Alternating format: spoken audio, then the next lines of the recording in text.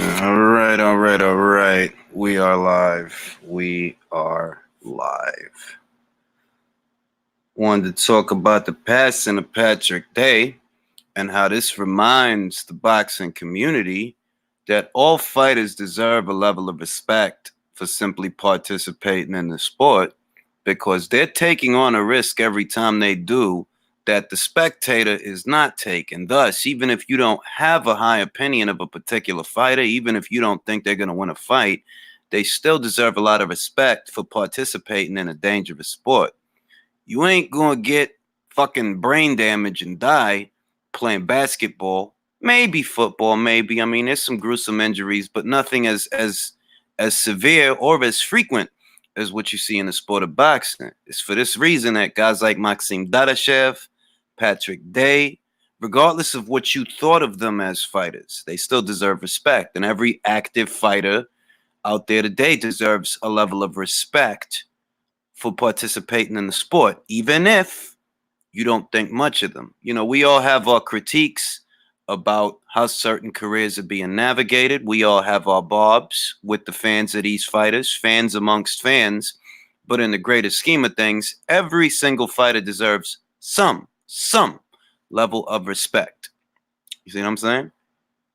Sad thing about Patrick Day, he's a good kid. He chose boxing, you know. He didn't have to box. He had enough of a background that he did not have to participate in this sport. I think he had a bachelor's, came from a good, educated background himself, so he really didn't have to box. He was boxing for love of the sport. You see what I'm saying? That's admirable. Sometimes guys box because their walk of life does not afford them that many opportunities, whereas in the case of Patrick Day, he was boxing for simply loving the sports, what he loved to do, and he died doing what he loved to do. That's the silver lining when it comes to that kid. That at least he died doing something that he wanted to do. It was his choice. He lived his life on his terms. And you got to respect that because not everybody get to go out like that. You know what I mean? Sad thing, man. I hate when that happens in the sport. Hey, what's goody, Gaza? What's goody, EJ? What's goody, Brown going one? I hate when that happens in the sport. You know, it's just, but that encompasses how dangerous the sport is. You understand? That encompasses. That's a constant reminder that this ain't basketball, this ain't baseball, this ain't tennis, this ain't hockey. All right, this is a lethal sport, very lethal sport. You gotta have some respect. You know what I'm saying? But yeah, man, it's a terrible thing, terrible thing. All right, what's goody, Craig Smith? Eric Castro, what's good? Yeah, you gotta respect it, man. He's a good kid, man. It's very sad to see that happen. It's always sad to see that happen. Even in the case of Adonis Stevenson, when he had that severe brain injury. Anybody that follows this channel or anybody who follows Ring IQ on Facebook, uh, when he got that brain injury, bear in mind, I'm not a fan of Adonis Stevenson. I never was. I didn't like the way that they navigated his career. I have some suspicions as to why the fight turned out the way that it did with Vosdick.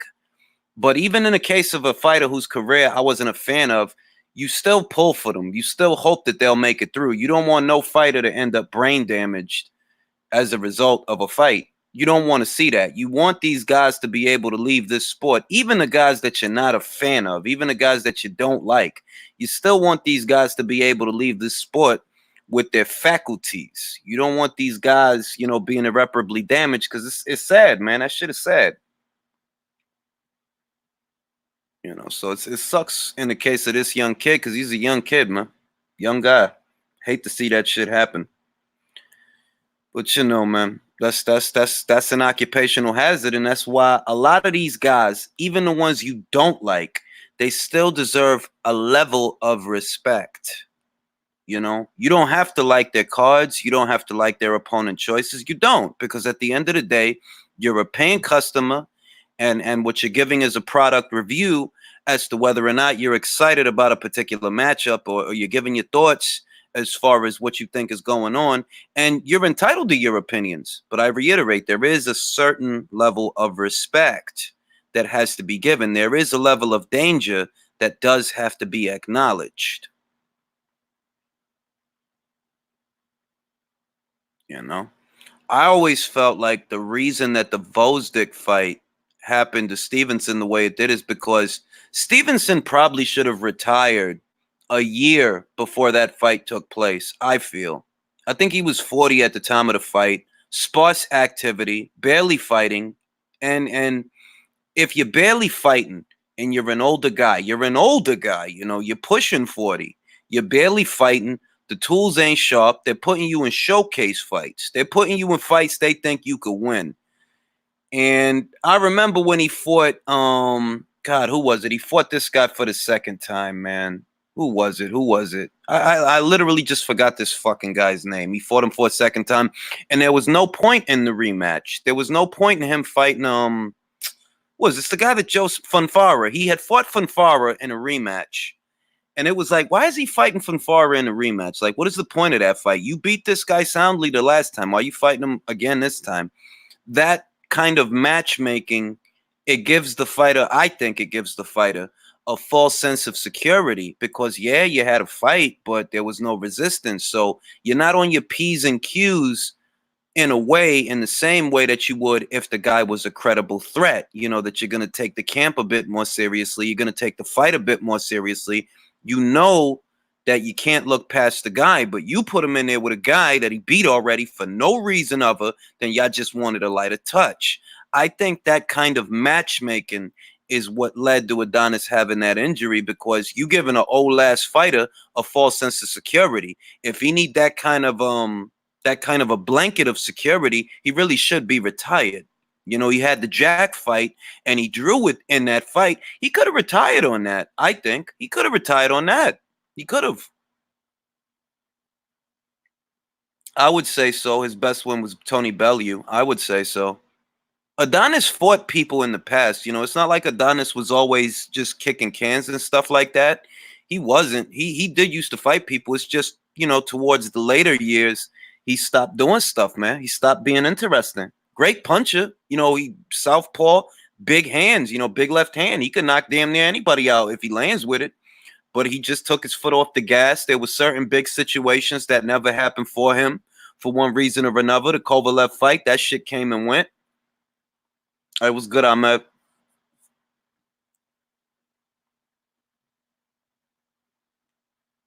Yeah, it is when he signed with Al Heyman. You're right about that, Black Lomachenko. It is when he signed with Al Heyman. We all know what's going on there, and we talk about it all the time here on the channel. We talk about it all the time on a regular basis about how that kind of a schedule, sparse activity, you're barely fighting, and then when you are fighting, I mean, look at Leo Santa Cruz. There was so many opportunities for Leo Santa Cruz to fight Gary Russell. That fight don't even look like it's going to happen. He's going to 130. He's going to hold the WBA title hostage, and it's going to be the same stuff he was doing at 126. In recent memory, and it's not even recent, the only thing that Leo did at 126 of note in recent memory, except it's not recent, is he won the rematch with Carl Frampton. And he beat Mares for a second time, but I wasn't nobody checking for no Mares rematch. Wasn't nobody checking for that. You got 3 different world champions at that weight. And even if the politics of boxing are stopping 2 of those fights, there's still one that could have got made and should have got made, but it didn't.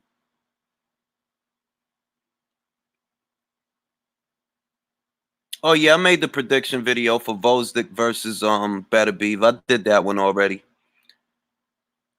But yeah, man. Yeah, I mean, it's shit like that. That false sense of security is probably why Marcus Brown lost. I talked about this too. I talked about all of this. That having a false sense of security is probably why Marcus Brown lost to Jean Pascal. You know what I mean? If you got a guy that he has momentum, he beat Badu Jack soundly, and Badu Jack is a good fighter.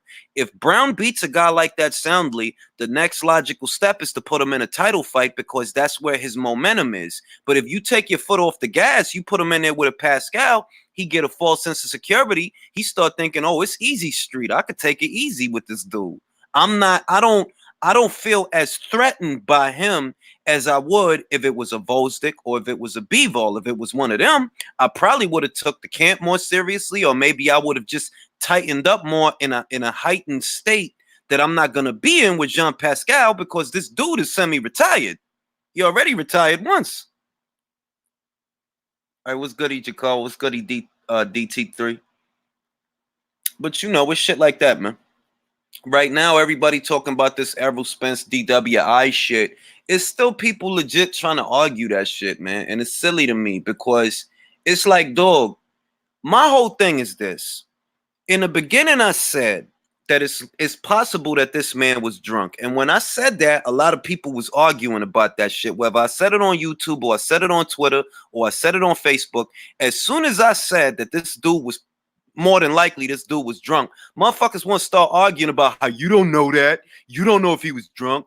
So then motherfucker shit come out that he gonna get hit with a DWI charge. Now motherfuckers want to argue over how drunk he was. Then it turns from how drunk he was to, oh, well, people make mistakes. Look, motherfucker, for anybody that's on the road on a regular basis, I don't give a fuck what you want to say about mistakes.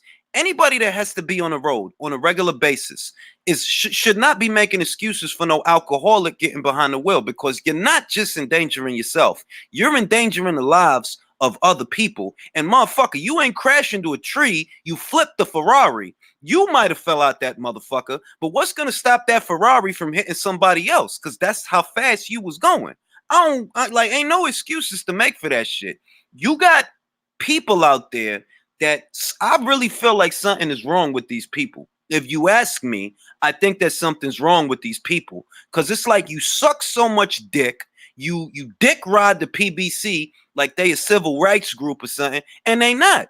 They just another boxing outfit. But the way that these motherfuckers go up the bat for all the stupid shit that happens on that side of things, it's like, bruh, why don't you just give it a rest and shut the fuck up? Because y'all motherfuckers talk a lot, but don't be right about nothing. Literally nothing. Don't be right about nothing. You're talking because you got a mouth.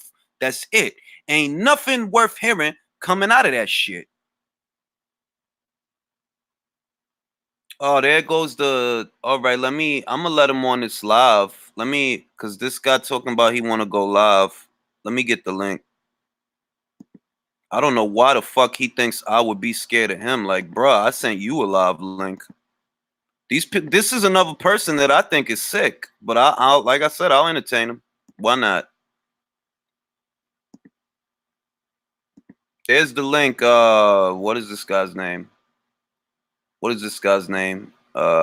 he go? My Hero Academia. There's the link. Click it at any time. Do you disagree with Bvol's? Bvol doesn't have a lack of power. I'll let you in, DT3. Just click the link. I just posted the link.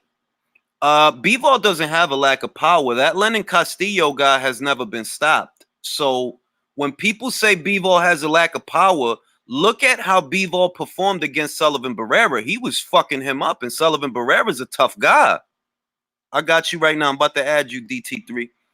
He was fucking Sullivan Barrera up. He beat the shit out of Felix Valera. He had a good fight with Joe Smith Jr. So it's like people saying that he has a lack of power. If a guy don't hit hard, right, motherfucker's gonna walk him down on a regular basis. If the motherfucker don't hit hard, you don't see motherfuckers walking down Dimitri Bivol. Nope, didn't see it his last fight either. Exactly. It's like they think that, oh, you gotta go in there and get a first round KO in order to have power. No, you can have power. It's the same shit as what I say about Floyd Mayweather. Everybody always said that Mayweather didn't have power, but if he had no power, motherfuckers would have been walking him down. All right, what's good, Brian? Who's this? Can you hear me? Yeah, I can hear you. Are you the My Hero Academia? Yes. All right. Well, what is it you want to argue about, My Hero? The only thing I want to argue about is I want to call you out on something that you said when way back when you said Errol Spence versus Mikey Garcia, and you out of your own mouth you stated and said Mikey Garcia was the one who pulled that pay-per-view. And that's all I want to argue about. Everything else, I don't care. I'm just arguing about that fact. If you wanna argue about that, you know what the numbers are for Errol Spence versus Sean Porter? Yes. What are they? 300,000. Nope. Then what are the numbers? Between 280,000 and 300,000. They didn't land on a particular number, but it's clearly less than what he did with Mikey. So, and I got another one for you too. No, I'm speaking to Ring. I'm not speaking to you. Clearly, if you're saying that it's only 280 to 300,000, what's your sources for that? Boxing Scene, ESPN. So, because I can put up a source right now that's just 300,000. That's cool. I could pull up in fact, I already did that. So I mean, what's your point? No, you follow. Let me talk my to you for a second. In a video, you said Mikey Garcia was on the pay-per-view. My argument is this, so you understand my argument. My argument is you said out of your own mouth that Mikey Garcia was the one to put a pay-per-view, and I said I think Mikey Garcia was the one who had most of the pay-per-view buys, but that doesn't mean he's a pay-per-view star in that event. I never said Mikey Garcia is a pay-per-view star. So I never said, and I'm not saying I never said you said that. Can you let me finish? Give me a chance to speak. Anyways, you said out of your own mouth saying that he was the one who put a pay-per-view event, and I said no, he was not. The reason why he was not is because Mikey needed Earl and Earl needed Mikey. None of these boys are pay-per-view stars like a Floyd Mayweather or Manny Pacquiao. None of them are. What sold was the black and Mexican dynamic. What sold is the David and Goliath dynamic. Was Mikey Garcia on a pay-per-view before Errol Spence? Yes or no? Answer my question. No, but who said he was? No, and who called Mikey? I'm not saying no, that, no. I'll let you talk for 4 minutes. So I'm going to talk. At no point did I ever call Mikey Garcia a pay-per-view star. I never said I didn't interrupt you. I didn't interrupt you, bro. I did not interrupt you. So don't do the childish thing with me because I didn't interrupt you. I let you talk. You actually did interrupt me. What did you say? You said, okay, I'm going to cut you off because you talked for 4 minutes. But go ahead. Look at this guy. Go ahead, bro. Okay, now, the only reason that Errol Spence and Sean Porter ended up on pay-per-view, you know what? You know that wasn't going to be a pay-per-view, right? Yes, I know originally it wasn't supposed to be, but it was able to sell it to be a pay-per-view, but go ahead. Right, we know that, and we know that the only reason it ended up being on pay-per-view is because that's the only way for them to get the kind of money that these two guys would have wanted to fight each other. But originally, the plan was to put that on regular cable. Regular TV. So that in and of itself should be telling you that Mikey Garcia has more to do with why Errol Spence ended up on pay-per-view than the other way around. Because once Mikey got involved, there was no question over whether or not that was going to be a pay-per-view. That was finite. The initial plan for Errol Spence and Sean Porter was to put that on regular TV. But the problem is the network's not going to pay these guys the kind of money that they was looking. Needed the fans to flip the bill. And that's the only reason that fight ended up on pay-per-view. And once it did, it ended up doing significantly less than the Mikey Garcia fight. So how many? So you're saying it did significantly less. Tell me right now, how much did Mikey Garcia versus Errol Spence pay-per-view sell? At least 50,000 buys more than the at minimum. And I'm being generous by saying 50,000 because it could have been well over that. It might have been 70,000. So if I go with the low number, how many pay-per-views did Mikey Garcia versus Errol Spence sell? Tell me that right now. 350,000. And how do you know that? Because they reported that number. What do you mean? How do I know that? What sources though? Because you can see, like you said, Mike is a bullshit source. It came out of your own mouth saying he's a bullshit source. Tell me right now, how do you know that? I didn't use Mike Copinger for that. I used Dan Raphael. Listen. I said Mike Copinger was a bullshit. You said he was a bullshit source in your video. Basically, what you were saying. Listen to what I'm saying. I never said you said that. You gotta be able to differentiate what I'm saying, what I'm not saying. What I'm saying, you said Mike Copinger is basically a bullshit source in one of your recent videos we made about Errol Spence and Sean Porter. So what I'm saying is this, because I have sources that I saw from big sites like Fight Hype, Mike Copinger that said, oh, Errol Spence versus Sean Porter has sold that. So that's what I'm saying. So who it's like, who do you go by? Do you go by what? Do you go by your sources, which it seems like some of the big sources that you have, some of the big sources that I have that I've saw on the sources that I've looked online for. You know what I'm saying? So you can't sit here and say that Mikey Garcia. Actually, I can, because if the majority of sources that I'm using are reporting the same number, then I'm going to go with the majority. But that's what's in my case, bro. I'll let you talk. I'll let you talk. Like, what is your problem? I'll let you talk. No, listen. Letting me talk. Okay, letting me talk is letting me finish my point. If you cut it and say, but can I just finish when it doesn't matter. If I give you a chance to speak, I'm gonna shut up. Give me my chance to speak. Have that type of respect. Let me finish my point and you can say yours. What I'm saying is this. If you're saying out of your own mouth that you have majority sources, well, I'm saying out of my own mouth, I've seen sources that reported on Sean Porter versus Errol Spence doing 300 plus pay-per-view buys. So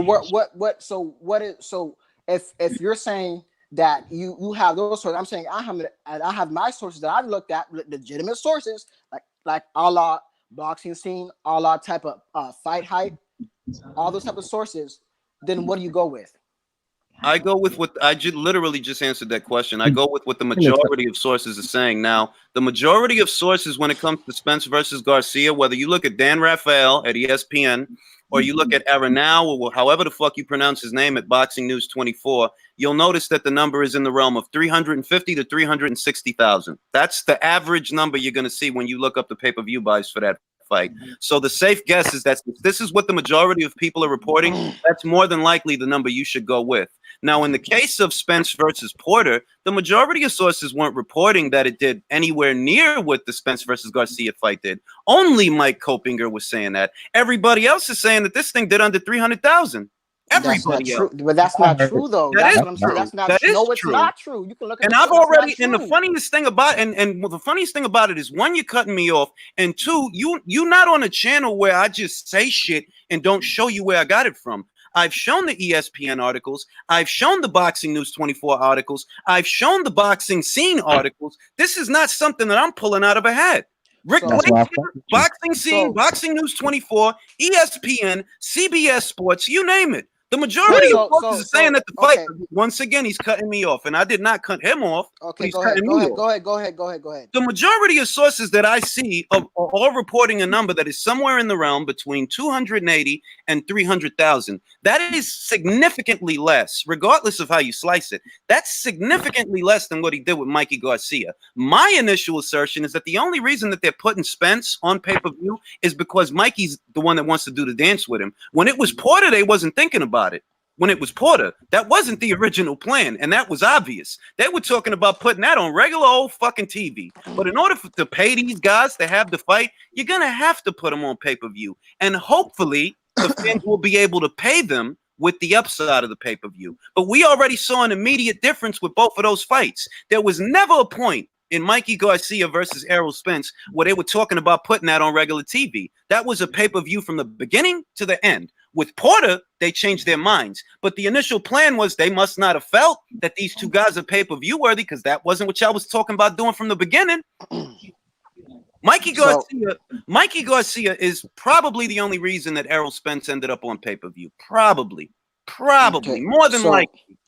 Okay, so two things. Right now you said more than likely. Let's break that down. So you don't know for a finite definite. You don't even know if it's a fact that Mikey Garcia. Because your first argument was yes, Mikey Garcia was the reason why Errol Spence was on pay-per-view.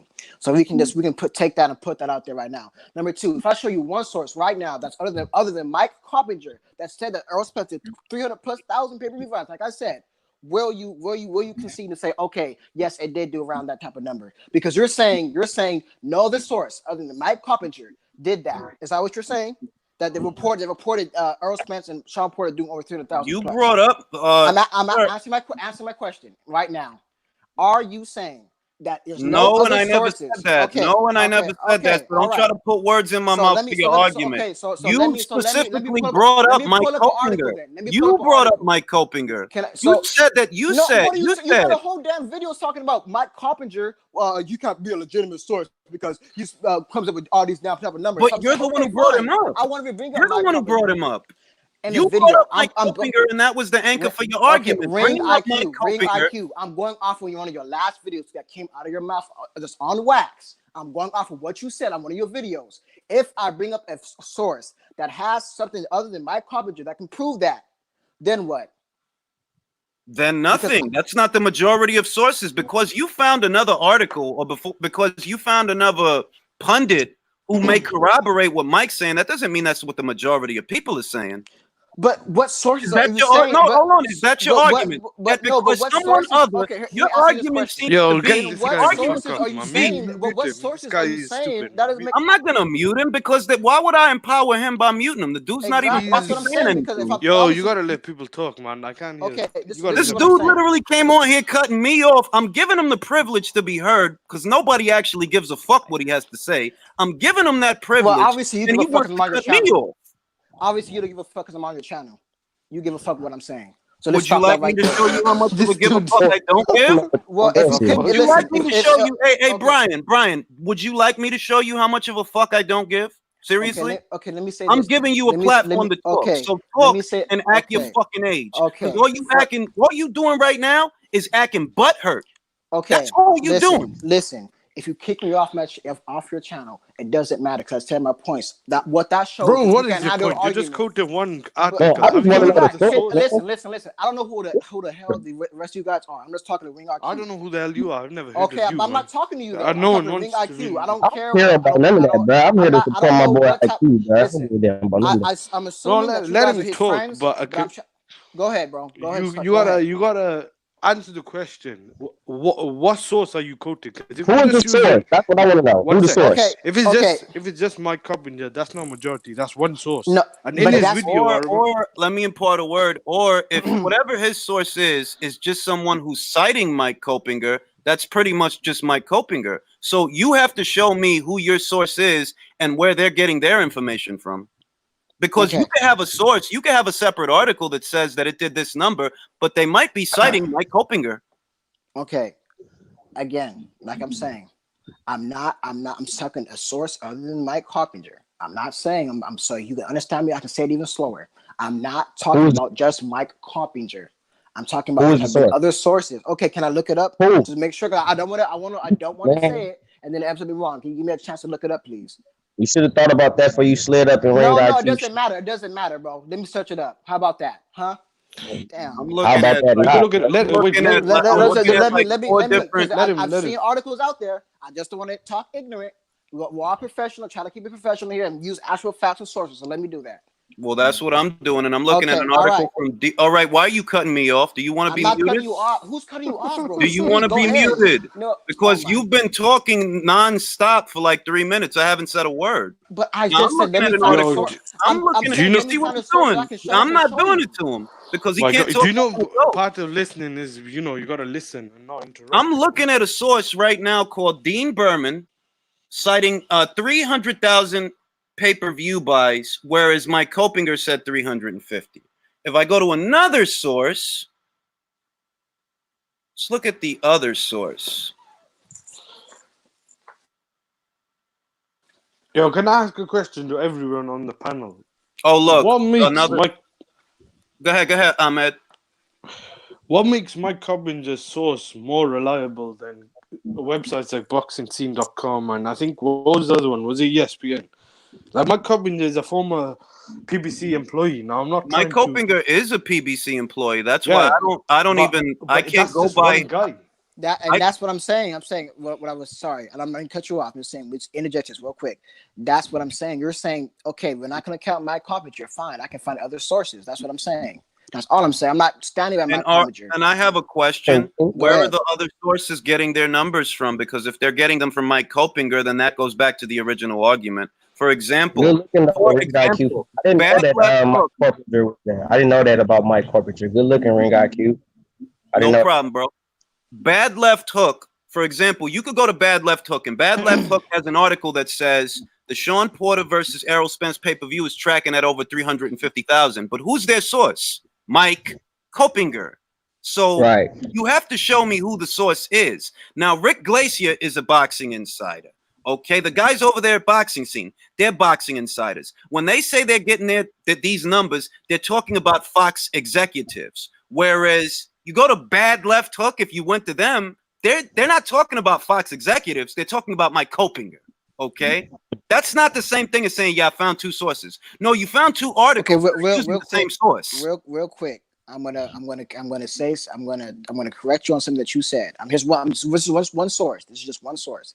And I'm going back on the Spence Garcia thing real quick. You said Spence Garcia did 350, correct? I said Mike Coppinger reported that. No. Okay. But then what did Mikey Garcia and Errol Spence do then? Oh wait, Mikey Garcia and Errol Spence. 400,000. Was it 400,000? It was about 360,000. It was 360. I have a source by the New York Post right now that's saying it's just doing 330,000 for Spence Garcia. So that's what I'm saying. Okay, so who is their source? You don't really know. You're showing me the article. You're telling this is weird. This guy doesn't understand this. I get what you're saying. You're saying I'm going to show you a source. Dude, I'm telling you, I'm giving you chances. I don't want to mute you, so stop talking over me. If I say that a TV show did, let's say, 1 million views, right? My source is going to be who? Nielsen Media and TV Research. That is my source. Simply quoting an article does not mean you're showing me a source. You have to show me where the information is coming from. Now, you say that, okay, Spence versus Garcia did 330,000. Okay, who's the source? New York Post. No, that's the article. Who's the source? That's the source is New York Post.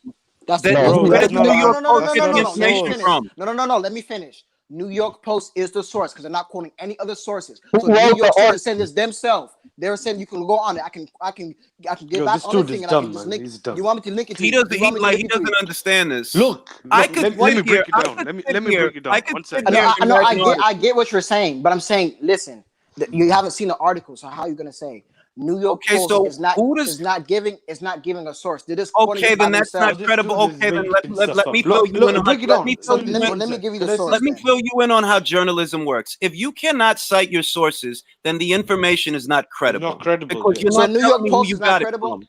You're not telling me who you got it from. In order for the information to be verifiable, you have to say that you talked to a Fox executive. You have to say that you talked to somebody, because you just posting a number in an article, I don't know if that's true. You're saying so let me ask you this question: is New York Post not credible? No, that means the article is not credible. But that's made by New York Post.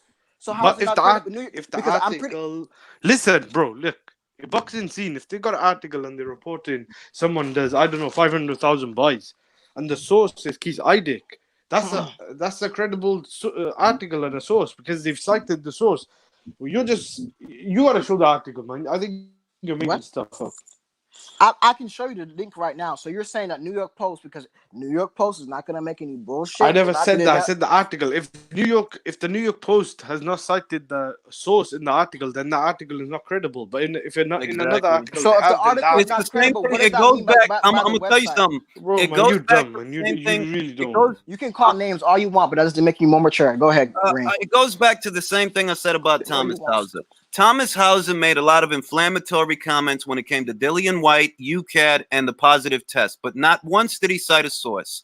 And it's for this reason that you can't trust his journalism. Why? He did the same thing to Floyd Mayweather. Unverified sources that are not corroborating your story. Just because you found an article that has some words in it doesn't mean the sources were verified. You have to tell the people reading the article, who the fuck did you talk to that you came across this information? And if you cannot verify your sources, then your information is not qualifiable. It's not verifiable. Anybody can sit there and write something, but unless you tell me who you talked to that gave you this information, I can't trust you. So who did the New York Post talk to that reported that number?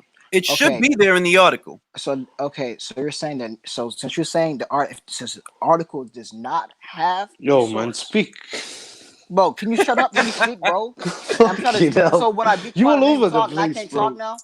Just let me speak. You all over the place. I wasn't even talking to you. Look. Post. Listen, I'm talking to Ring. So I'll let you talk. What I'm saying to say. Let me finish what I have to say in the group. So, anyways, Ring, like I'm saying. So you're saying since the article doesn't have a source that it has a link to for the source.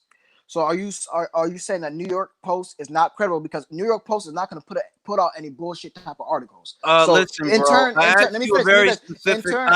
you a very specific question because journalism is journalism across the board, whether it's the New York Times, the New York Post, the Daily News, or the Daily fucking Bugle. A journalist must cite their sources, and if they did not, they have no sources. Or it's not a credible article. It's not a credible article. You have to tell people, where did you get the information from? It's not complicated. It's the same thing as writing a college paper. You have to cite your sources. It's not complicated, bro. Now, where in the article are the sources? It's not difficult. But I'm not. But you're not listening to what I'm saying, though. You keep talking, but listen to what I'm saying. I've just told you 5 minutes ago. I read the article right now. There are no sources. But this is my counter argument that I'm asking a question. Are you saying that just answer it? Don't answer it. Are you saying since it's not credible that the New York Post, because we know New York Post is a big company, are you just saying you're discrediting the whole New York Post? Did I discredit the whole New York Post? I'm asking you a question. Yes or no? Answer no, I did not. But did I say that I was discrediting the New York Post? Look. Let me break it down for you. At a newspaper as big as the New York Post, you have several journalists, several pundits. So I would not discredit the entire New York Post because Thank you. That was guy. my question. Thank you. That's all I need to know. That's all you needed to know. That's up for that part. Yes. Is Mike? Does this go back to your Mike Copinger thing? Your Mike Copinger argument? Because Mike Copinger is one person. He's not the New York Post. I posted in the private chat. Did you see it?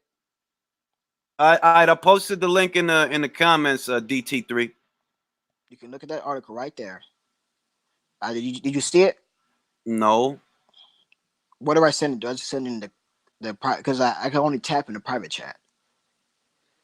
Well, that's amazing, but like I don't know said, why. I'm asking. I'm trying to post it, and I can't really post it because I don't know where else to. Is a chat the only place I can post it? I mean, that's incredible, but your argument now is that if one person writes an article, you just skipped over what I just said. I said, is there anywhere else I can post it at? You could turn on your camera and show it to me in your phone, dog. Like, I'm not gonna I don't know, like, why do you need me? Why do you need me to verify your sources, dog? You guys told me to post it. I'm posting it. Where are you posting it? In a private chat. That's what I'm saying. You can post it in the comments, dog. I don't know how to. In the comments, bro. Can we go back on YouTube? Because I'm this website I'm using. I guess it's called StreamYard.com. That's the website. So I just posted a link that you clicked on StreamYard. So if you have a link, there should not be much stopping you from posting it in the comments. I'm just saying. It's not. Are you talking about the YouTube comments? Yes, I'm literally looking at ascending YouTube comments, and I posted a link just now in the comments. Because I was wondering if you could post it in StreamYard. That was because I've never used that platform before. So I was just wondering if we could post it in StreamYard. That's incredible. But like I said, just because one journalist fails to cite his sources in one article does not discredit the entire New York Post, as they have several journalists, not just one. They have hundreds probably. So one guy does not damage their credibility. It damages his own as a journalist, but not everyone else's. For example, Thomas Hauser has written for Boxing Scene before, but is Thomas Hauser the only guy that writes for Boxing Scene? No. Is he credible? Not really. But many of Boxing Scene's other journalists are credible. It all depends on who's writing the article and who's citing the sources. Thomas Hauser, for example, he wrote an article about Deontay Wilder, his purses, and what he stands to make for the Brazil fight. In that article, he actually cited his sources. In that article, he cited his sources. Whereas in the article about Dillian White and UCAD, he didn't cite his sources. That means one article has credible information and one does not. Because if you can't tell me who you talked to get this story, I can't trust you. You're the guy that told me. You're the guy that told me that Floyd Mayweather broke a rule, and both USADA and the Nevada State Athletic Commission said no, he did not. That makes your information highly questionable unless you can cite your sources. Julius, can you hear me? Look. Yeah, bro. It says George Willis. I don't know. Look, when I was saying the guy's dumb, I'm not taking shots. It took him like 15 minutes to figure out who wrote the article. It says on there is George Willis. I've never heard of the journalist, whoever that is, but that's the guy. I'll try and check the article out now, but I've not seen this article. The only ones I've seen. I don't know that guy.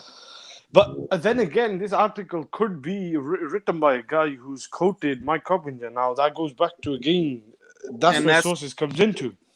And that's what I'm saying, that in boxing news today, you got a lot of guys that literally cite each other. So Mike Copinger might tweet 350. Then you might have a guy at another news periodical that will cite that tweet as opposed to, okay, I spoke to this cable and satellite companies, and that's where they're tracking the number. But if you're not telling me who you talked to, all you got is an article with a number on it, and don't nobody would know where that number came from. Yo, this article is not good, man. Look, it says Spence Garcia did 500,000 buys as well. And that's definitely not true. That's definitely not true. That we even talking about this article. Like 300,000, it's not even $1 million both buys. I'm like, fuck with 300,000. I think it's because what Brian wanted to establish is that Spence may have played a pivotal role in selling the pay-per-view. But you got to be honest with yourself about America and the pay-per-view market. The only guys that's still really shelling out cash for pay-per-views is Mexican American fight fans, because average fight The average fight that come on, bro, I'm not paying for that shit. Look, Wilder about to fight Ortiz again. You think I'm gonna buy that fight? Fuck no. I'm not buying that shit. All right. The Mexican American fight fan is the fight fan that actually pushed Chavez versus Canelo to 1 million pay-per-view buys. Because I know I ain't buy that shit. I ain't think it was worth it. I don't pay for no pay-per-views. The last time I bought a pay-per-view was Fury Wilder. I'm gonna put to you like this. PBC staged, I think, 5 pay-per-views. Out of the 5, I only bought 2. I only bought 2 out of 5. That's how much I don't give a fuck about this shit. That's telling you that somebody else must be buying these fights, because the average motherfucker is not buying these shits.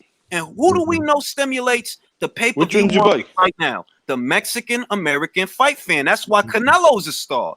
Only his fans bought that motherfucking Liam Smith fight, because I ain't buy that shit. Only Which ones did you buy? Think about it. The only 2 PBC pay-per-views that I bought was Spence versus Porter and Thurman versus Pacquiao. All right, yeah. Thurman Pacquiao was worth it. I think that was a good choice. Spence that Porter, was a good that was a good fight as well. Good fight, yeah. Good. Now I'm gonna backtrack. Remember when Canelo Alvarez fought Amir Khan, right? Remember that? That motherfucking fight did 600,000 pay-per-view buys. I ain't buy that shit. I didn't. Me neither. Who bought? So that leaves us with a question. Who the fuck bought that fight? Mexican American fight fans, because it wasn't me. I ain't buy that shit. Yeah, I think Khan brought more fans. I think Khan brought more fans than guys like I know a guy that was at the fight at the Errol Spence Mikey Garcia fight, and he told me he's from Texas, and he told me that fight was mainly Mexicans in it. It was some black people, but it was mainly Mexicans that bought tickets for that fight. I mean, it's not hard. Like, it's not hard to put together, because remember, it was in Texas, where it's a lot of Chicanos, a lot of Mexican American fight fans. We know that Mexican American fight fans stimulate the pay-per-view market. That's why Bob Arum is always saying Canelo moves the needle, so let him fight who he want. Because Bob Arum knows, like I know, like everybody else knows, the Mexican American fight fan is an important fan in the in the American pay-per-view market. Arguably the most important right now. So if that pay-per-view did better numbers than the Porter fight, it's because Mikey was in that shit. Because I ain't even buy that shit. I said it's a mismatch, dog. That's a $75 mismatch. I'm not buying that shit. You think I'm going to give you $75, $80 for a mismatch? Suck my dick 75 times. It's not going to happen. It's not going to happen. It's not going to happen.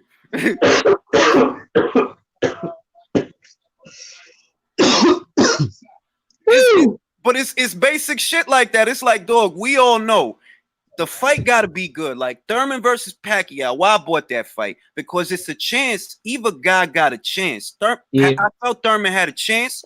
I felt Pacquiao had a chance. And because I don't know for sure, I want to buy that fight. You want to see that? Yeah. That's what's worth buying, is when you have that feeling, when you like, I don't know, I really want to see what's gonna happen. That make it worth paying for, when you got that initial feeling going into a fight. That's when you know it's worth it.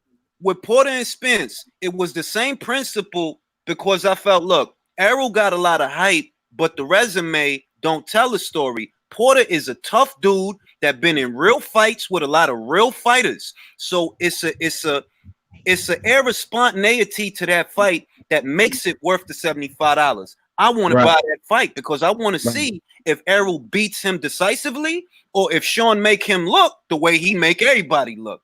And it was worth it, because that was a great. I don't care who scored the fight. How the fight was a great. The fight was good. The fight was good. The fight wasn't bad. The fight was a good fight. The fight was a good fight. Like, regardless of how we might have thought this and that, overall, you could say that, like, yo, when I watched that fight, that shit was entertaining. That was a good fight. But motherfucking Mikey, everybody knew Mikey is not winning this fight, bro. Like, the average fight fan knew Mikey is not winning. Like, however he lose. I gave it to him, though. Yeah, I ain't gonna flex. I did. You can check my channel. I did give it to Mikey. I did say that Mikey could have the potential to beat Spence. I did say that. And I'm gonna say this: the reason I didn't give it to Mikey is because it's not that Mikey's a bad fighter or nothing like that. It's how Mikey fight. Mikey is a boxer. He's a boxer puncher. He trying to pick his spots, but you fighting a guy that got all this reach. He's taller than you. He's a southpaw. His jab comes over your jab. You just don't have nothing working for you to help you win this fight. So to me, it was like, oh, PBC trying to pull a fast one with this daring to be great bullshit.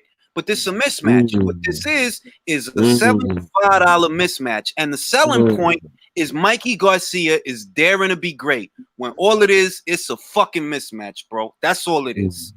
Now this motherfucking Wilder versus Ortiz fight. Dog, I don't know who gonna buy that shit, but I know I'm not. I'm not. That nigga for that shit. Showtime wasn't even fucking with him. Like why? Like I think what they trying to do with Spence, especially with and Tank Davis too. What they trying to do with them is probably make up because they know Wilder is really on a decline right now. And I'm not saying that to shit on Wilder. I'm just saying out of everything that's happening to Wilder, turning down that money, and then now Showtime not fucking with you with this fight and all the shit. So how you really finna sell this fight? And now you finna go to Fox, and from what it looks like, Fox gonna end up cutting that nigga off too. They might. Yeah, the shit I'm seeing, and I ain't even think about it. But look, Fury gonna get some M's off of that motherfucking WWE shit. He gonna get M's for that shit. I don't think it's a pay-per-view worthy fight.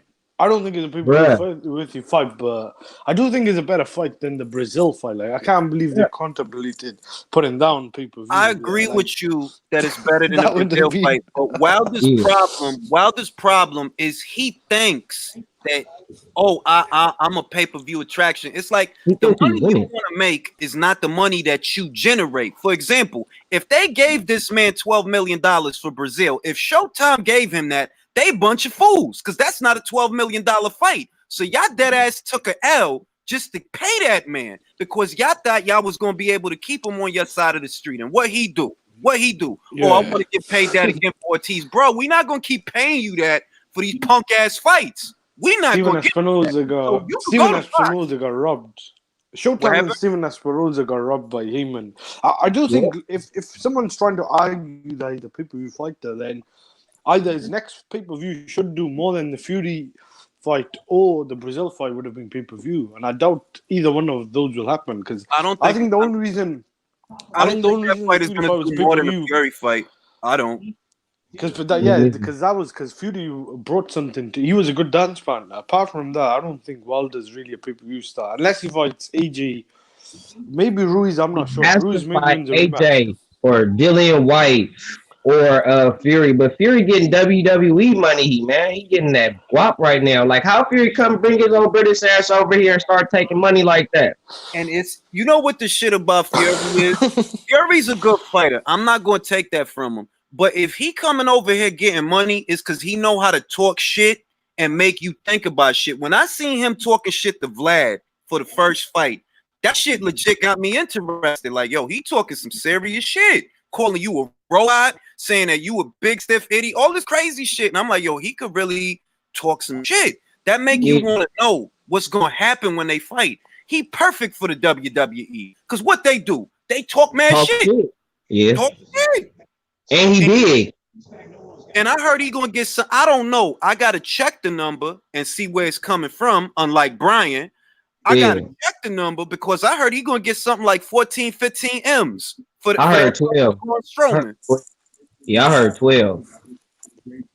I heard that. Getting that for a choreographed fight.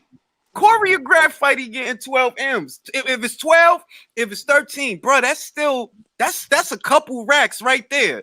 And Wilder, look how long it took for him to get to that point. Fury just moseys on over here, has a fight with you, kicks some lighter touches, and now he getting 12, 13 M's. And that's not even counting whatever ESPN is giving him.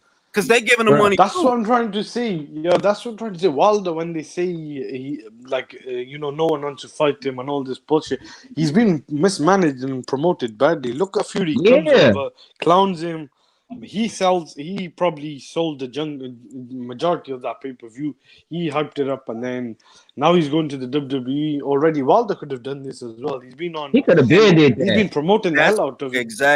exactly. Wilder has been here the whole time, right? Wilder been a pro boxer since 2008. Now, y'all know I don't fuck with Wilder, but I have to say that it would work in the WWE. Wilder there talking his shit, it would work. Yeah. Why was that With his one punch, all that shit. Yeah.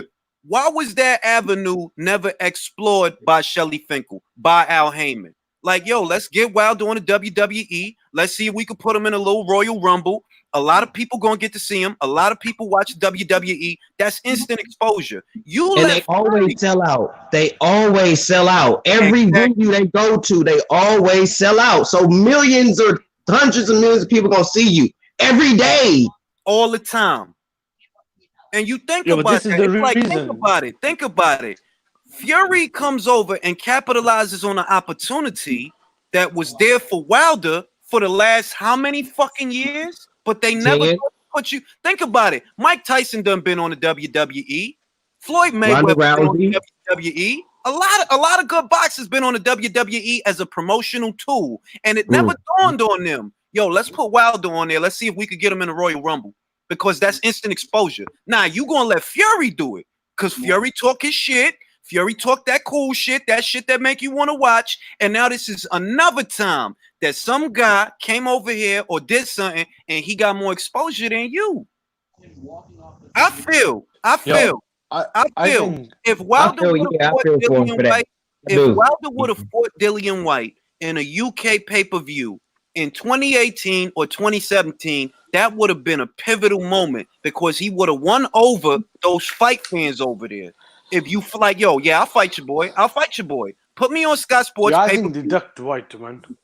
I mean, to me, he did.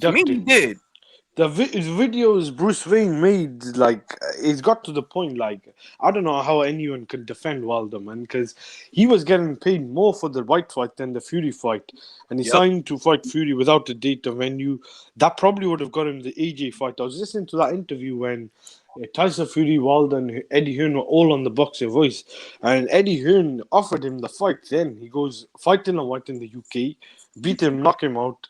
And then maybe we could, talk about the Joshua fight. Maybe you could get more money. What does he do? He turns around, declines. And then who does he go on to fight? He goes on to fight, I can't remember, someone else. I think he goes on to fight Fury down the line. But think about it bro. Think about it this way. The initial offer that was made for a Dillian White fight was something like $3 million. That was the first offer. At this time, Wilder's not even making that kind of money. Then they upped it from 3 to 5. Then from 5 to 8. And at this time, at all the times that these offers was being made, Wilder wasn't making that kind of bread yet. He had not fought Fury yet. So if Dillian White is an easy out, if you really feel, man, I'll knock this motherfucker out easy if you put him in here with, why not get $8 million to do it? Why not? It don't make sense. It don't make sense. Like if I figure, yo, I'll knock his ass out easy, why wouldn't I get $8 million? You could have been making that money. Nah, you chose not to fight. Slave way.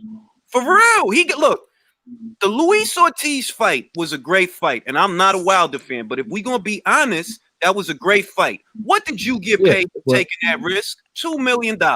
They offered you 4 times that amount to fight Dillian White, and you ain't take it, bruh. He should have taken the Dillian White fight, man. That bread. Fury clowned him. A lot of people think Fury got robbed in that fight, and then you see how Fury played him, and they wanted a rematch. And Fury, I don't think owes him anything. Even the first fight, Fury took down was like 1 or 2 tune-up fights, and just fought him. Like I don't think. I wouldn't hold that against Fury if he doesn't ever take the rematch. Ahmed, the whole shit is that was a situation where Wilder was supposed to finish the job, because we knew what Fury was coming from. So it's not that, it was close. Man, fuck that. You supposed to knock him down and keep him down. That's not what happened, bro. That dude was boxing your socks off throughout the majority of that fight. And look at where he was coming from. Look at where he was coming from. Sefa Safari, Francesco Pianetta. Who are these people? I He agree. He should fighting have Joe knocked Blow him. and tomato cans. But That he should never still really have went the 12th round. And that if you on paper, Waldo's meant to knock him out. And Wilder looked really bad. But Wilder, that's what happens. The things he does, the stupid decision he makes. If he just fought Dillian White, I think that maybe that might have probably made the AJ fight, assuming he I wins. said he could beat But I'm not Dillian sure. White. I said he got potential to I beat said I'm that Dillian. not sure, man. I said that too, but now I'm starting to lean towards what Ahmed is saying, only because I feel like, look, dog, when you know you could beat him, you're gonna take that bread. It's $8 million. Fight the guy, you know. You gonna take that like, bro? You offering me $8 million to beat this guy? Take it. That's $8 million easy. If it's easy, but it's something about Dillian White that they don't like. Call me crazy, cause it's $8 million, bro. Y'all was about to think about it. Y'all was about to let Wilder go to Russia for Povetkin. If he had not got popped, Wilder would have went to Russia for Povetkin. Y'all was about to let him do that. Y'all let him fight Luis Ortiz, who's a risky guy, for only $2 million. But somebody offer you $8 million motherfucking dollars for a Dillian White fight, and you don't take it? It's something about him you don't like. I think Dillian White would be a tougher fight than Luis Ortiz. I mean, Luis Ortiz hasn't really beaten anyone, so I don't think we'll ever find out if he's unless he does something in the rematch. But Dillian White is. Go ahead. Yeah, I think Dillian White would give him a good fight. Don't get me wrong. If people think Wilder would have knocked him out or is a favorite, I'm not going to argue with that. But I do think that there's something they've seen that they risked. That left hook would give him trouble. Because if you see the AJ fight, I know that was a long time ago. AJ got quite hurt by it. In a rematch with AJ, I think Dillian White would have a good chance as well. And what I was going to say is to piggyback on what Hammond was saying about the left hook, because I was just thinking, bro, as a trainer, bro, and as a boxing coach, bro, like looking at it, like Wilder is low with the right hand. When he throw it, he real low. When he come in, he real low with it. And Dillian got a left hook. And we all saw what happened when Wilder got caught with the left hook with Molina. And we know Dillian White hit way harder than Molina, bro. I'm glad so we know basically Wilder got a left hook weakness. So I think the fact that Dillian White's best punch is left hook, and Wilder got that low right hand, they saw that. You know, as a trainer, you're going to tell your fighter that. If not the fighter, you're going to tell the promoter that shit. So I'm sure that's probably what they're worried about. Brought that up because I almost like Wilder don't keep them hands high. That's why he kept getting caught with jabs from Gerald Washington. That's why he got caught with that left hook from Molina. That's why fucking Johan Duapis closed his I think it was his left eye all up. It's like, bro, he don't keep them hands high. So you open for a lot of shit. I go back to the Brazil fight. When he had Brazil in trouble and he was backing him into the ropes right before he knocked him out, Brazil came over with an overhand right because Wilder ain't have them hands high. He caught him with that overhand right and knocked Wilder back. That's before Wilder knocked him out. If Brazil could hit you with a punch like that, dog, imagine what somebody else would do. Brazil. If Dillian White gets to him on the temple, he's gone. Because I seen Joseph Parker and Joshua live. And Parker could take a punch. I know that fight didn't land much between them, but when Dillian White caught him with that left hook, he put him down heavy, and Parker probably got one of the best chins. I don't think Wilder would take that shot. I think Wilder would probably hit the deck or maybe even get knocked out. That's why they've tried to avoid him. I think that's what they was worried about, IQ, and I think that's what they was probably thinking about. Because I was saying that I'm like, man, Wilder could whoop Dillian because Dillian get hit. Like he ain't got the most head movement. He ain't got feet all like that. He get hit and he stay on that center line. And I always say that anybody that stay on the center line with Deontay Wilder is going to sleep. If you don't move around the ring, if you ain't got no movement, you going to sleep. Because that's just what Wilder Taylor made for. Walk you down, boom. You feel me? Perfect. You feel me? But the fact that, you know, if Dillian White got a left hook and Wilder right hand do be low, he got the potential to get caught with some real hot shit. And it's the apprehensiveness that I'm like, at the end of the day, it's just like the Bachel and Jamel Herring shit, man. Like if Miguel Bachel was confident that he could beat Jamel, he would take the fight. But nah, you want to fight Oscar Valdez. I know why you want to fight, because Oscar Valdez be getting hit. That's why. I seen that video. Yeah, that was a good point. Oscar Valdez is like, I like watching him fight because he excited. Me too. Jamel Herring not going to let you hit him with all that shit. So it's a reason that you rather fight Oscar Valdez than a champion at your own weight. If it's easy, you going to do it. If it's easy, you don't think it's easy, do you? That's why you don't want to do it, because you know Jamel going to fight behind that jab. He not going to go to war with you like Oscar. He not gonna let you use your power. That's what Wilder tried doing with Fury. Like when people say it was a cherry pick, it's not saying that Fury's a bad fighter. It's the way they were trying to fight him. They fought him coming off a layoff. He had like 2 fights. Like I don't even count the first fight. That was like an exhibition. I'll give Fury a Pineda was a decent, maybe you could argue top 15, 20, maybe whatever heavyweight. But Fury was not 100%. I still pick Fury in that fight because I just think Wilder technically is so flawed. But I even said Fury at 60, 70%. I'm going to tell you what, I'm going to tell you what. The bell tolls for thee when it comes to Wilder because the reality of the shit is the way the heavyweight division is about to be structured, it's going to be killers all over the place. And you can't avoid all of them. I feel like this dude is contemplating retirement because let's say Joshua loses. There go the money fight. That was the money fight. That was the $100 million fight. Yeah, that's who do you favor him though? Who do you guys favor? If Joshua and Ruiz, whoever wins that fight, I don't think Joshua's ready for Wilder. I think he needs to have at least 1 or 2 more fights. But you know what? I'm gonna tell you what, if Joshua beats Ruiz, the way that he acting now, that he's sick of the bullshit, that like it's the shit he said in an interview where he was like, "Yo, why the fuck am I fighting all these top 10 fighters and these guys? This dude over here fighting fucking Tom Schwartz." Wilder fighting again. It's like, why the fuck am I out here fighting all these top 10 fighters? Let me go fight a pub fighter. What that tell me is that if Joshua beats Ruiz, he's not gonna feel that pressure that he felt before to fight Wilder. It's like, bro, I done tried with you already. I tried for 2 years to get you in the ring. You wasn't trying to do it. I'm not wasting no more time on you, bro. That's it. I think Joshua already said that he's...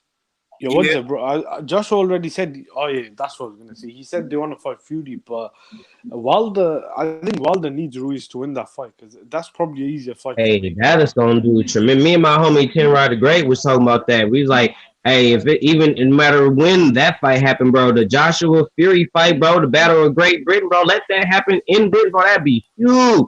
Yes. That's going to do tremendous numbers, bro. That'll do 100,000. That fight, because both of their fans is on the same side of the Atlantic. They all there. They gonna pack the house out with that fight. Whereas the issue with Wilder versus Joshua always was that Wilder's fans is in the States and Joshua's fans is in the UK. Now you know the UK fans is going to show up and show out, but if you try to stage it as a USA pay-per-view, it's not going to give you the same numbers that it would if it was over there in the UK. Because you know this man will move 1 million pay-per-views, 2 million pay-per-views with a fight like that.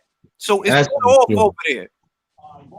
That's what I was thinking. That's going to be huge. That's going to be big, like one of the biggest heavyweight fights of all time type shit, just because of who they are and what they done been through and what they done got through to get to that point too. Oh my God, they gonna sell the shit out of that.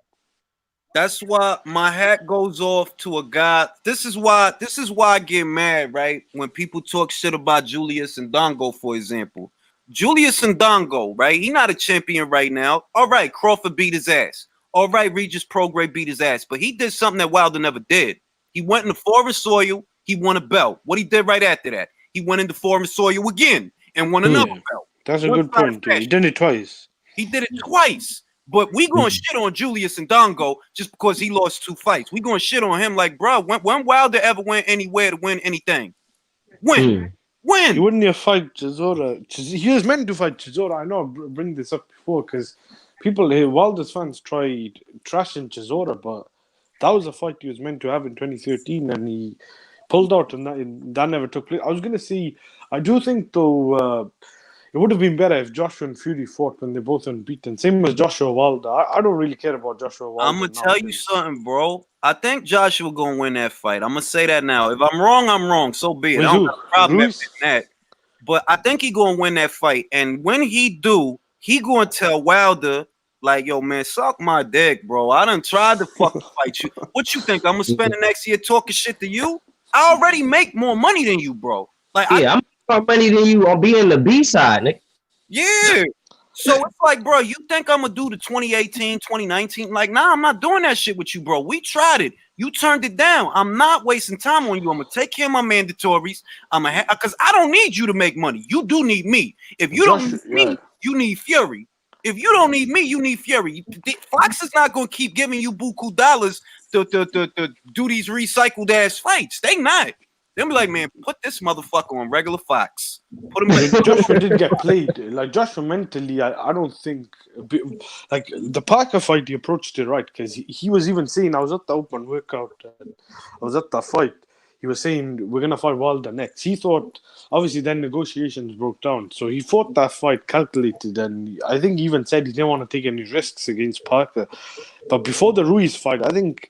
The Ruiz went fair and square, not to take any credit away from him, but to Joshua, it got to his head, I think, the whole Wilder saga, because that was going on for years. Shit I said in the video, bro. Like, I don't like repeating myself, like, oh, I know everything, but it's some common sense shit. Joshua let Ruiz hold his belts, right? That tell me that you don't take him seriously. Because if you view him as a threat, you gonna hold on tight to them belts. Like, nah. Yeah, I didn't like that, bro. I got hella mad when he. I was like, why the fuck you do some shit like that? That's hella stupid, bro. You being too generous. Like, what the fuck? Like, you really think you finna just mow through this dude? And then he gave him. You all saw what happened. That's when I thought. That shows the that's shit. when I thought it's a competitive fight. That man. When I seen that, it's like, bro, you was too comfortable. Like, it's like Apollo and Rocky. Remember what Apollo said? What Tommy told Apollo, like, he don't know it's a show. He think it's a damn fight. That's what happened with Ruiz. Like, bro, Ruiz came to kill you, dog. Like, he's smiling and shit and taking pictures, but he is here to kill you. He here to take your head off. You thinking, oh, it's whatever. I'm gonna beat Ruiz and then I'm gonna see about this. Like, bro, you looking past them. And I said it on the man's podcast. I was like, yo, dog, Ruiz is lethal. Don't let him get close to you. Ruiz is lethal. Mid-range to inside. This guy's counters is retarded. And he hit hard. I think he hit harder than Jarrell Miller. Do you think Joshua could knock him out? I agree with you on that one. I think Jarrell Miller got pillow hands. Yeah, Jarrell don't punch out. But do you guys reckon AJ could stop? I disagree that he got pillow hands, but with Jarrell, the shit is that, right, Jarrell is a pressure fighter. He gonna keep coming after you. So that puts the opponent in a situation to where they expect the punches. They expect them. That's not like getting hit with a punch that you don't see. A punch that you don't see, that's the one that's gonna knock you out. But if you figure, man, Jarrell just gonna keep walking me down, throwing these punches at me, motherfuckers know they coming, so they cover up. They cover up. So it's not that he don't hit hard, it's just you a pressure fighter. They know what you're trying to do. You're trying to wear him out with volume. Right. I think Joshua said he still wants to fight Miller. I wouldn't mind seeing that fight to Wilder Miller as well. I still want to see Miller, as long as they're testing him, fight one of the top guys. But I'm wondering how Jarrell going to look now. That's what I'm wondering. Behind all that steroid shit, all right, is Jarrell actually, can he be that same fighter that he was up until that point? Or was all of that the source that we was looking at? Because this dude work rate was ridiculous. And he weighed 300-something pounds. It's like, I think he was juicing all along because you played that video with him and Kugan Cassius when he asked him about Vada. That was funny. Yeah. And the excuses was like, look, if you tell me it's like it's what you say that tell a story. If you would have told me, man, I'm not paying you motherfuckers this money, and if he would have kept it at that, I could have ate that because shit ain't free. So I could understand that, like, bro, what I'm gonna pay you this money to be in a clean boxing program for when I'm not even after the green belt. I would have took that, but what he said, nah, I'm too busy. I got different property. I'm like, bro, Anthony Joshua got a busier schedule than you, and he still get Vada. Why you don't get Vada? What you saying don't make sense. Yeah, but do you guys reckon AJ could stop Ruiz? I know he dropped him. I think he is, but he's gonna punish. More likely to go distance. So I think he dropped him.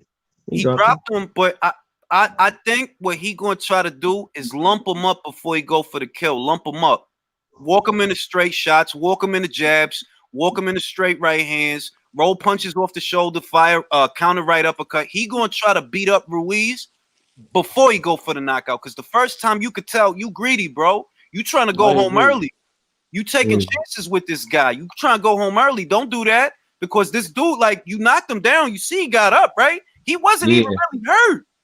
So yeah, that was impressive. I took that the knockdown and then the big shot. I think he needs to fight him. I know it wasn't the greatest performance, but the way he fought Carlos Takam, like the distance, mid-range to inside, not too not too on the inside, but not too on the outside. I think too fast. people get mixed up with Joseph Parker. He was mid-range. Joseph Parker was the one on the outside. I think a bit of both of those fights, but he needs to keep his guard up. Like, he can't do what he did. I'm gonna tell you what he need to do. You know, Ruiz is gonna have to come forward because Ruiz knows he can't box from the outside. You the smaller man. You got to get close enough to him to land the punches. When he see Ruiz get on that front foot, take that first step forward, time him and hit him with the jab. If you don't time him and hit him with the jab, set up a lead right hand. But you got to punish him. Ruiz is too fast, mid-range to inside, to fight him the way that he fought Takam. You can't do that with Ruiz. He gonna catch and shoot all your shit. You got to keep the little man on the outside. That's what I think he gonna do. That's what I think is gonna win him the fight. He gonna walk Ruiz into straight right hands and try to hurt, bust him up. Bust him up. Cut him up, because he cut He's gonna bust him up a little bit. Joseph I think he's Parker gonna bust cut him him up a little bit in early rounds. Then he's gonna start taking it to him more like and hitting him in the body. Then he's gonna show some a lot more body punching in this fight because I think Ruiz is gonna be soft to the body. I think so too. Or Ruiz might overwork himself in camp because Ruiz, he putting himself through fat camp and he don't even have to do that. By the time the fight roll around, you left it in the gym, bro. You left all your fight in the gym trying to lose weight. Like, why would you already smaller than Anthony Joshua? Why you trying to lose weight? You gonna walk in this motherfucker looking more like a cruiserweight. You don't want him hitting you when you a cruiserweight. Before it's different. You got counter punches and you weigh like 260 something. That's all that weight. Yeah, but you got to take into fact that Josh was really heavy. Josh was going to be lighter. I know what you're trying to say, but if Josh was lighter and Ruiz extra timber, I wouldn't cut too much weight. But if it's because Ruiz was still, I thought he's still a bit overweight in that fight. I know he's always going to be in that sort of shape, but for the rematch, I do think he needs to cut a bit of weight, like maybe 10 pounds is maybe enough. Listen, it go back to the saying, bro. If it ain't broke, don't fix it. That's how I felt. I felt like if it wasn't that bad before, he didn't need to cut that much weight. He could have kept a little bit of them pounds on. He don't need to cut all that and try to get all lean and cute and shit. He don't need to do that. I don't know how much he's cut, but I don't think you can look at it like that. He looked like he lost 20 pounds, something like it. I don't think Joshua will be worse than that fight. Like, that was probably he was at his best in a way.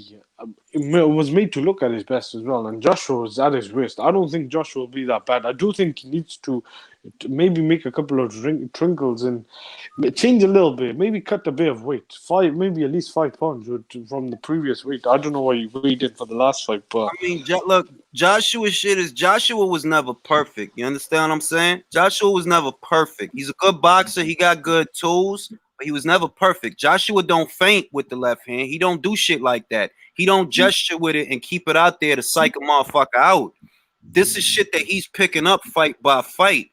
So what he got to do is keep that left hand out there, man. Just keep it out there to let him know if you try to come forward, I'm gonna pop you in your fucking face with this jab. That's what he got to do, as opposed to just shooting it and he could time it. If he could time it, he gonna catch, he gonna shoot.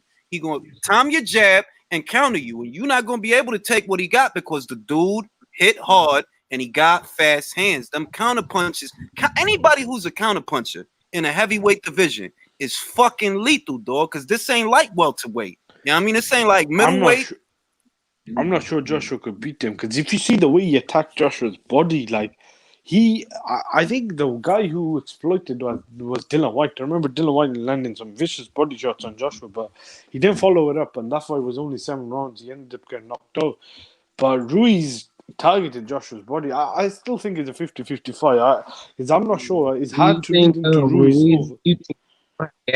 You think Joshua gonna have the gas to keep it up though for 12 rounds? That's the thing. That's a big question as well. If he's landing big body shots on the guy, I don't think he's gonna go to the cards, bro. I think what's gonna happen is the first round, Joshua's gonna establish the jab. He gonna have to. If he stands any chance, establish that jab. Let Ruiz know if you keep trying to come close to me, you're gonna pay for it. I think he's gonna start off strong. Ruiz will find his way into the fight in the 3rd round. That's when shit'll get scary. But I see by the 6th or the 7th, that's when Joshua will decide to take him out. He's gonna. I feel like he's gonna punish him. Like, he's gonna be more aggressive. Like, look, little man, I'm bigger than you, So I'm gonna use some of this size on you, and I'm gonna alternate. I'm gonna alternate between walking you into punches and coming forward and throwing punches. Because if you look at how Daniel Dubois throw his jab, for example, Daniel Dubois got a lot of reach, right?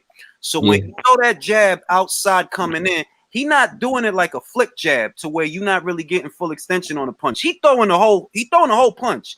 I see Joshua doing that in this upcoming rematch. Like, bro, I'm bigger than you. I know I hit hard. I know I hit hard enough to drop you because I dropped you before. I've dropped you. I wasn't even 100.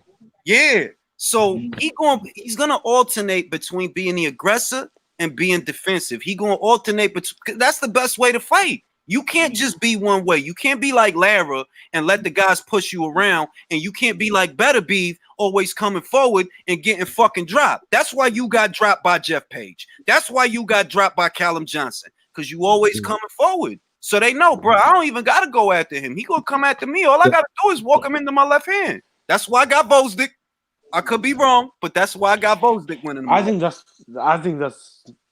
disagree with that. Batubiev is what he is. But if you look at Batubiev's background, amateur background, he's never really. His power is his whole thing. Like, he's a very crude guy, but he knows how to cut the ring off. With Joshua, he knows how to cut the ring off, but look at how he throw his jab. He don't get that's true. That's true. He don't get full extension. Like, his jab look damn near like a feint because he not really trying to touch you with it. If you do that, trying to get in with if you do that, that's true. That's true. No, that's true. He throws straight punches. He throws straight punches from the outside, moving around. So you can't just be throwing that little flick jab at him because he gonna hit you with his. And Bozdik is a little taller than Better Beef. It's a 50-50 fight. Let me see this. Can I say there's nothing wrong with picking Bozdik. I think it's 50-50. What I'm trying to say, for Batubiev, you got to take his power. Now, we all know Joshua doesn't hit as hard as maybe even Wilder. He's not the biggest hitter, even as a heavyweight. He has not put many guys to sleep. Now, I'm not saying he can't punch. Obviously, he could punch, but he's not the biggest hitter. But Batubiev arguably is one of the biggest hitters, not just in his weight class, but pound for pound. I don't think anyone has went the distance. I know he's only had 13 fights, but to beat Batubiev, you're going to have to take his punch, or you're going to have to have enough power to keep him down. At the moment, that hasn't happened. With Joshua, there's other frailties. Like, frailties I see with him getting gassed out. Let me put it to you another way. I'm not saying that Better Beef punch isn't the real deal so much as he has not fought someone that could offset it yet. Coling, Callum Johnson, these what guys, about amateur background? They don't do you look at amateurs? No, I'm just saying. He fought some people as an amateur. He beat Usyk. He beat Gvozdyk already. Sean Porter beat Usyk in the amateurs. That's why. But Usyk was like 15 or 16 years old. No, but these guys are 32. They're the same age.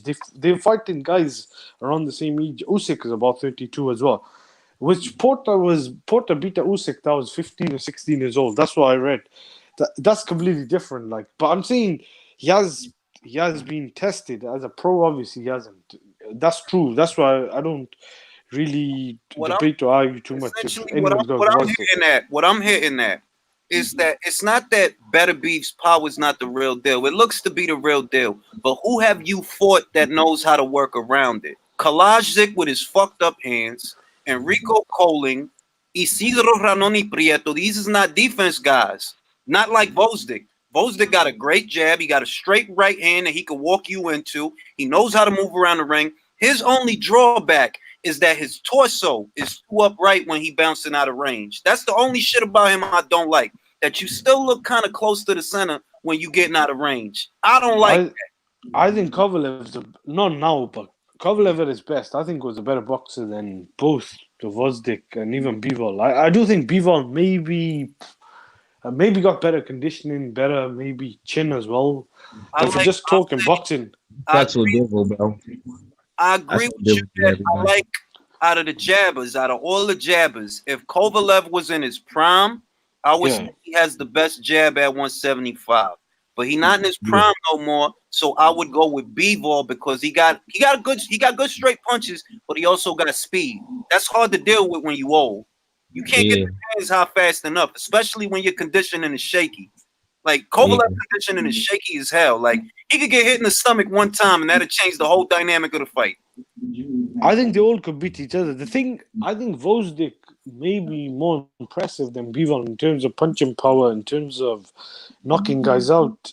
I just think maybe durability-wise, I'm not sure. Like, Batubiev has got the style to knock someone like Vosdick out. If Vosdick gets through this fight, I think that fight between Vosdick and Bivol would be really fascinating. That's I'll a say, fight. look, I give durability to better beef. I'll give but if we talking about between Vosdick and Bivol, I'll give Vosdick power, but I'll give Bivol better in and out game. He know how to get in and out real fast, do the business, get the fuck out of there, stay off the center while he do it.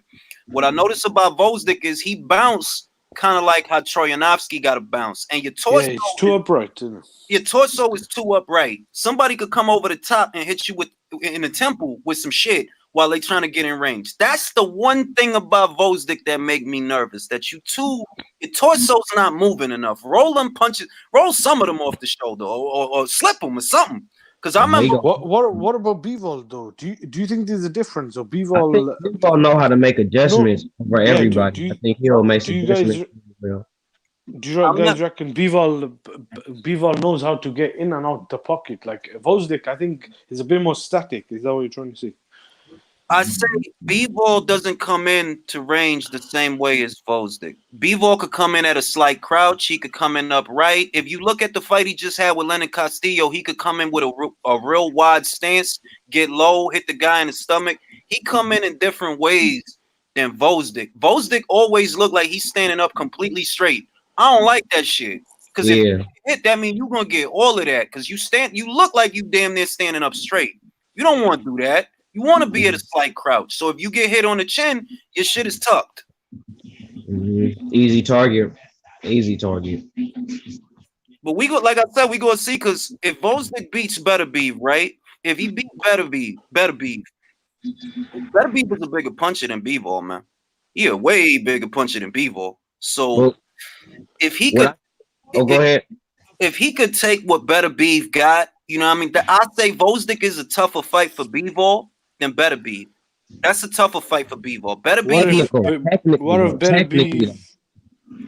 What if Better Beef blasts him out in 2 or 3 rounds, which I think is possible. I would pick Bivol to beat him. Still, yes. But then it comes down to, I know you're probably talking boxing ability, but Vosdick has enough power. If someone like that can't, I don't know, then actually, it works 2 ways. Because then Vosdick's chin and Bivol's chin, if you compare it, obviously Bivol, I think you could make a clear case has got the better chin. So, yeah, I think that's a good point. That's a valid argument. Remember, Bivol took a clean one on the chin from Joe Smith Jr., and he ain't go down. He took a clean one. Joe Smith a punch. People keep talking shit about that when I be speaking up on people. Like he took a punch with Joe Smith and they be shitting on that, but Joe Smith punch. Exactly. If he could do anything, like if Joe Smith is anything, he a puncher. Like you don't want to let him hit you. He good for a knockdown. He couldn't knock down Bivol, so that got to count for something because it was clean. Touched him right in the sweet spot, right on the chin. He didn't go down. He got frazzled, but he didn't go down. I think if that Better Beef, he would have went down. Maybe he get up. But if Jeff Page could knock you down, if Callum Johnson could knock you down, Joe Smith could knock you down. So if that same punch would have landed on Better Beef, I feel he would have got knocked down. It landed on Bivol, he didn't go down. I think Callum Johnson, I think he punches hard. I don't think people give that guy enough credit. Callum Johnson. Jeff Page. Callum Johnson. I get it. Yeah, that's a bad game. Don't take that. Like I'm still waiting for Johnson versus Smith, dog, because that's a good fight. That's an amazing fight, dog. That's an amazing fight. Everybody hurting that night. Everything gonna hurt that night. Exactly. I wouldn't mind Johnson Yard as well. That would have been a good fight. I don't think it's gonna happen, but like domestically, I think you got some good light heavyweights in the UK. Light heavyweight division is stacked on the under. That's what's shitty about this generation, man. They're not stacking. They're not promoting the light heavyweight. The light heavyweight division is nice, for real. They're not promoting that shit, man. What's going on at light heavyweight is what happened to super middleweight when Floyd was around, right? Andre Ward was always an amazing boxer, but he was in Floyd's shadow because everybody concerned with Floyd. So what's going on now is, all right, everybody all concerned with the heavyweights. They not really looking at the light heavy. And that's a stack. Anthony Yard, Joshua Buatsi, Motherfucking Marcus Brown. I still think he a good fighter. He just kind of Me chin. too. Still a good Me fighter.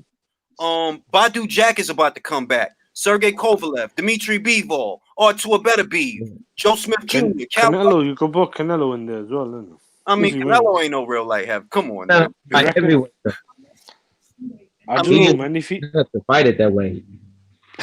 Yeah, like he's That's not gonna true, that's stay up. true. He not gonna stay up there, man. Like he not. Even if he beat Kovalev, he not gonna keep that belt because they all gonna come after him. They gonna forget about each other and come after him. that's I want true. that. You know what fight I want to see is Danny Jacobs and Bivol. I think that'd be a good fight. I know a lot of people probably favor Bivol, but if he's at 168, I even mean, 170. But Bivol really want to fight at 68. I don't think Bivol really. I think he only want to go to 68 to fight Canelo for real. I don't think he finna go to 68 to Exactly. fight nobody else unless it's Canelo, bro.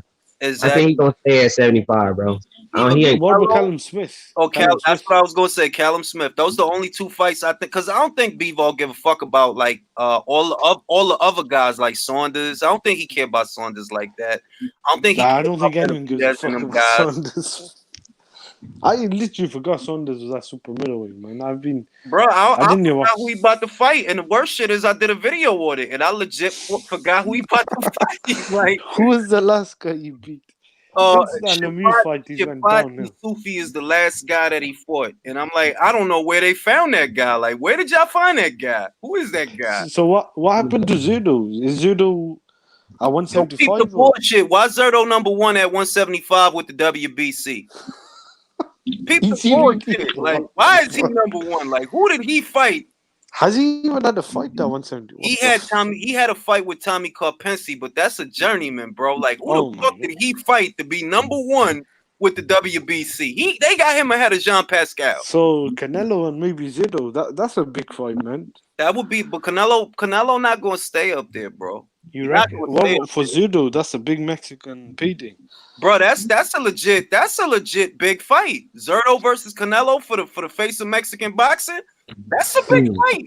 It could be, but it ain't gonna happen. It's I don't think possible. it's gonna happen.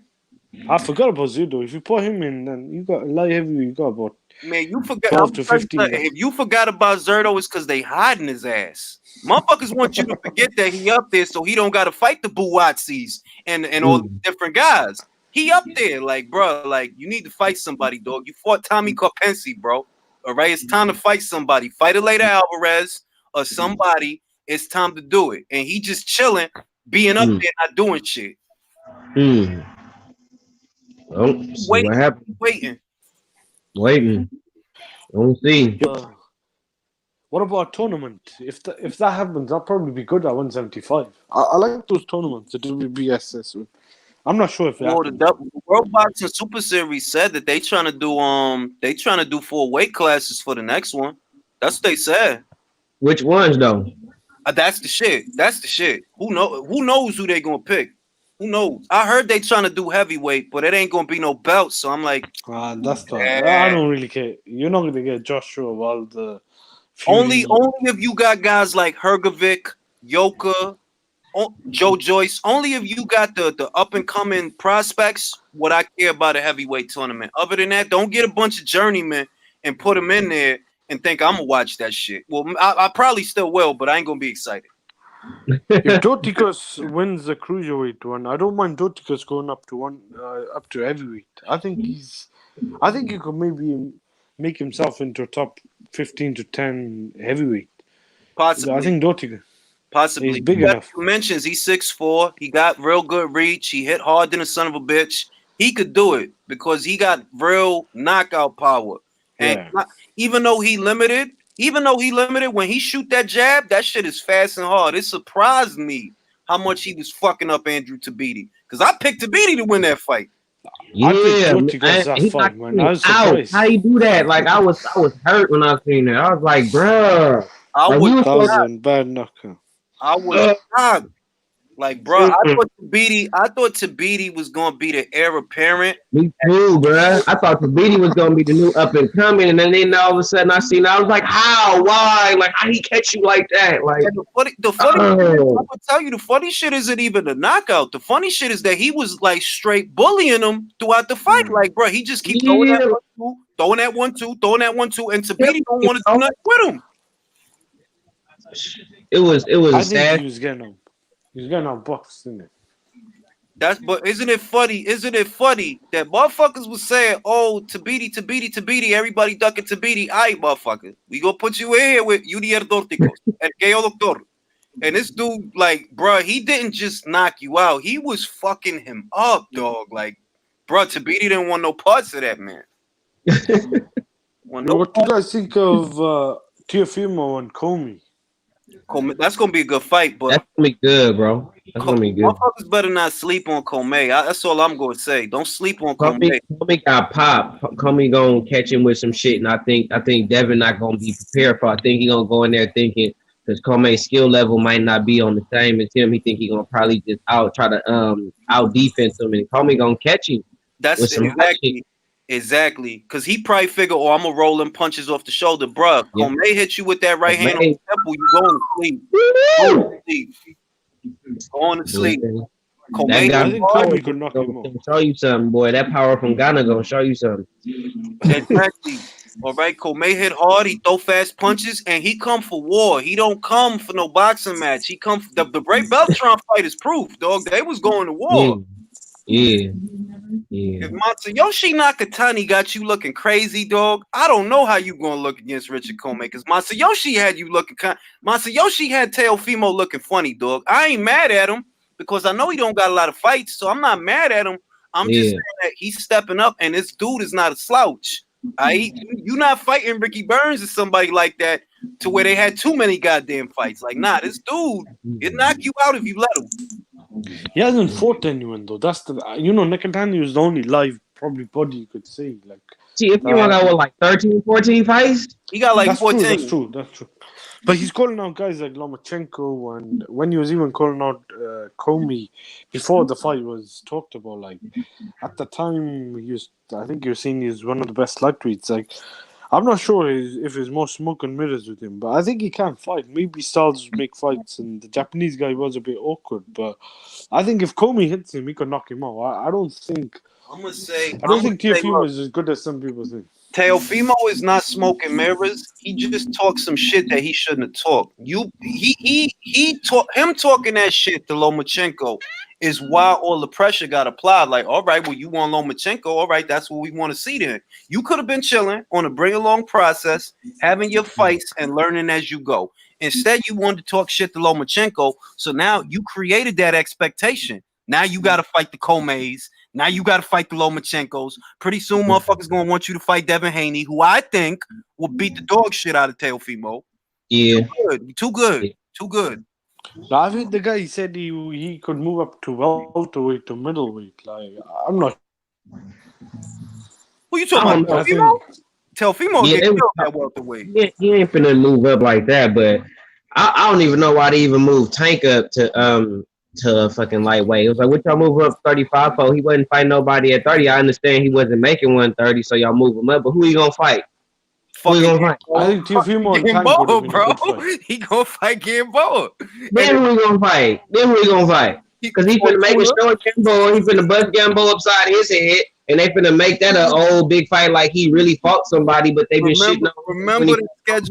Remember the schedule they got him on. This kid, he fights 1, maybe 2 times a year. What they'll do is they'll have him fight a Gamboa, maybe a Fortuna, or maybe they move Leo Santa Cruz up. He not gonna fight the best guys at 135. He gonna fight the PBC recyclable. Fortuna could get him though. Fortuna might get him if you sleep on Fortuna though. Fortuna ain't no punk. That's true. But I'll say I agree with you that Fortuna is a harder fight than it look on paper, because that dude come to fight. Like, he do come to go to war. Yeah. But it's like I could see Davis knocking him out, because it's like when you that aggressive, bro, you leaving yourself open for a lot of shit. And if Fortuna's anything, he aggressive. If he anything, he that. Right. Yeah, that's true. Because I was always wondering, like, who he going to Teofimo. Tank and Teofimo. I think that would. I know it's not happening. That would be a good fight, I reckon. At 135. Yeah, I mean, if Fortuna's willing to cross the street, yeah. If Fortuna willing to go to Tank and Teofimo.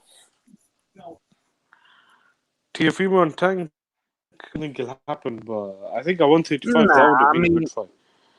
That would have been. I mean, that would be a great fight because of their styles. They both punches. Yeah. They both young and strong and all of that. But that I don't see that happening no time soon. Yeah, If it's not happening. I think maybe it might be better if Teofimo wins. I think a team of Teofimo and Lomachenko fight probably would be a big pay-per-view. I'm not sure about Richard Comey. well, you know that's and what they. Loma. You know that's what they building towards. They trying to make that big Teofimo Lomachenko fight. It's not a guarantee that Teofimo beats Comey. It's not a guarantee, dog. He could lose that fucking fight. Anyway, y'all, it's late. Yeah, I gotta go as well, man. I gotta go. Good I'm talking to you fucking guys. sleepy. Good talking to you. Good talking to you, DT3. I'm out this motherfucker. I'm sleepy as shit. Yeah, me too, bro. You know what I'm saying? I just smoke blunt Alright. shit. I'm home, sleepy and shit. I gotta get up and go to work and shit. 5 in the morning. Yeah. Yeah, bro.